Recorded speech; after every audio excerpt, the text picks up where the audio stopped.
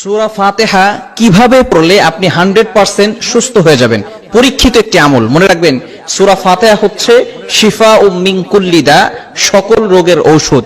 বিশেষ করে আমরা অনেকে এটা জানি না, সূরা ফাতিহা কিন্তু একটা দোয়া, এটা অনেকেই জানি না। এটার নামই হচ্ছে দোয়া, সূরাতুল ফাতিহা। এটা হচ্ছে দোয়া, এটা উম্মুল কোরআন বলা হয়। মনে রাখবেন, কোরআনের ভিতরে কিন্তু শিফা রয়েছে।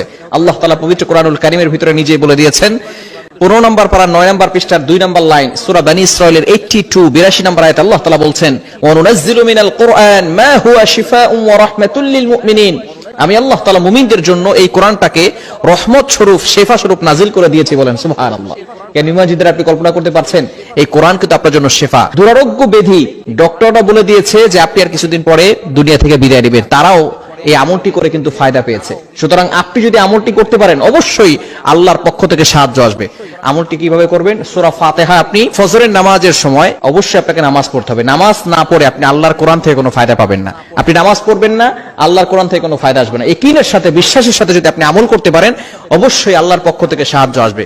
বিশেষ করে আপনি ফজরের নামাজের সময় 2 রাকাত সুন্নত, 2 রাকাত ফরজ, সুন্নতের পরে এবং ফরজের আগে মধ্যবর্তী সময়, এই সময়ে আপনি প্রথমে 11 বার দুরূদ শরীফ পড়বেন। দুরূদ শরীফ বিশেষ করে সর্বশ্রেষ্ঠ দুরূদ হচ্ছে দুরূদ ইব্রাহিম। এছাড়াও আপনি আল্লাহুম্মা সাল্লি আলা সাইয়্যিদিনা মুহাম্মদ এতটুকু পড়তে পারেন, অথবা সাল্লাল্লাহু আলাইহি সাল্লাম এটাও পড়তে পারেন।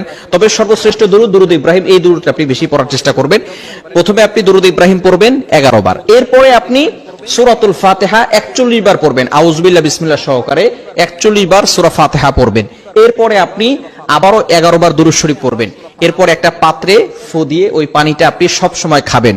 ইনশাআল্লাহ আল্লাহ পাক রব্বুল আলামিন আপনাকে সুস্থতার নিয়ামত দান করবেন। আপনি কল্পনাও করতে পারবেন না, যত ধরনের অসুস্থতা থাকুক না কেন, যদি আপনি আমলটা করতে পারেন এবং এই পানি আপনি খেতে পারেন, আল্লাহ পাক রব্বুল আলামিন আপনাকে সুস্থতার নিয়ামত দান করবেন। মনে রাখবেন, কোরআনের ভিতরে শিফা রয়েছে এবং সূরাতুল ফাতিহা হচ্ছে শিফাউম মিন কুল্লি দা।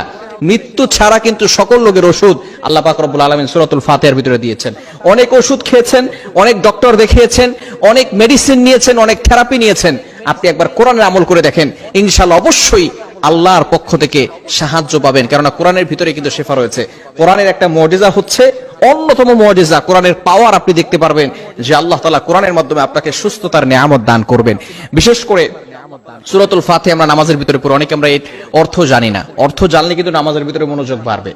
আল্লাহ পাক রব্বুল আলামিন কেমন যেন, যখন কোনো বান্দা নামাজে দাঁড়ায়, তখন নামাজে দাঁড়ানোর সাথে সাথে ওই বান্দার সাথে আল্লাহ তাআলা কেমন যেন কথা বলতে থাকেন।